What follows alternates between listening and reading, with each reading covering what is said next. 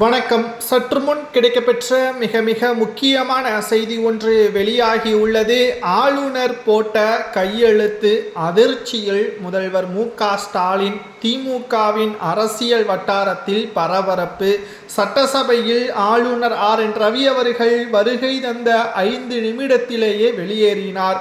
தேசிய கீதம் ஒலிக்கப்படவில்லை. சட்டசபை கூட்டத்தொடரில் 2026ஆம் ஆண்டிற்கான முதல் சட்டசபை கூட்டத்தொடரில் ஆளுநர் உரை இல்லாமலேயே நடைபெற்றுள்ளது. மேலும் இதை பற்றி ஜனாதிபதியிடம் கடிதங்களை எழுதியுள்ளார். இதோட 3வது முறை ஆளுநரை அவமானம் செய்யும் விதமாக சட்டசபையில் செய்துள்ளார் ஸ்டாலின் அவர்கள் என்பதை ஜனாதிபதிக்கு ஆதாரத்துடன் கொடுத்துள்ளார்.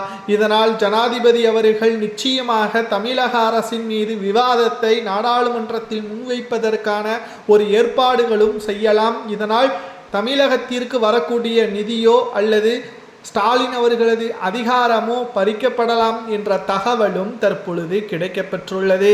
சரி, யார் மீது தவறு இருக்கிறது என்பதை பார்க்கலாம்.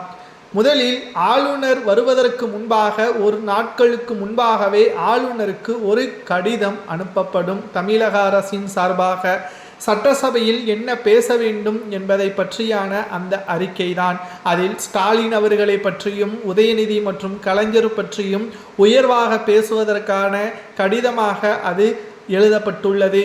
இந்த அறிக்கையை சட்டசபையில் எப்படி ஆளுநர் வாசிக்க முடியும்? இதை பற்றி ஆளுநர் RN.ரவி அவர்கள் சபாநாயகரிடம் கேட்கும் பொழுது அவரது மைக் ஆஃப் செய்யப்பட்டது. இரண்டாவது, தேசிய கீதம் ஒலிக்கப்படாமல் தமிழ்தாய் வாழ்த்து மட்டும் போதுமா என்று கேட்டுள்ளார். அப்பொழுதும் அவரது மைக் ஆஃப் செய்யப்பட்டுள்ளது.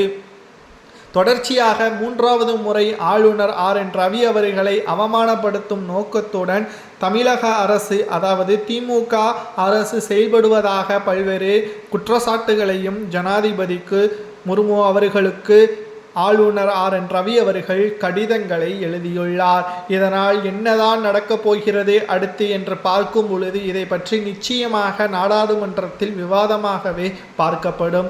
ஏற்கனவே 4.5 ஆண்டுகளில் திமுக எந்த ஒரு வாக்குறுதிகளையும் முழுமையாக நிறைவேற்றவில்லை.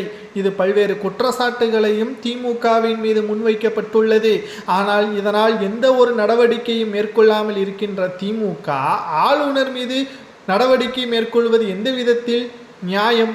சொன்ன வாக்குறுதியை நிறைவேற்றினாலே உங்களை மக்கள் பெருமையாக பேசுவார்கள். ஆளுநரை எதிர்த்துதான் நீங்கள் தமிழக அரசியலை நடத்த வேண்டும் என்றால் இது நிச்சயம் மக்கள்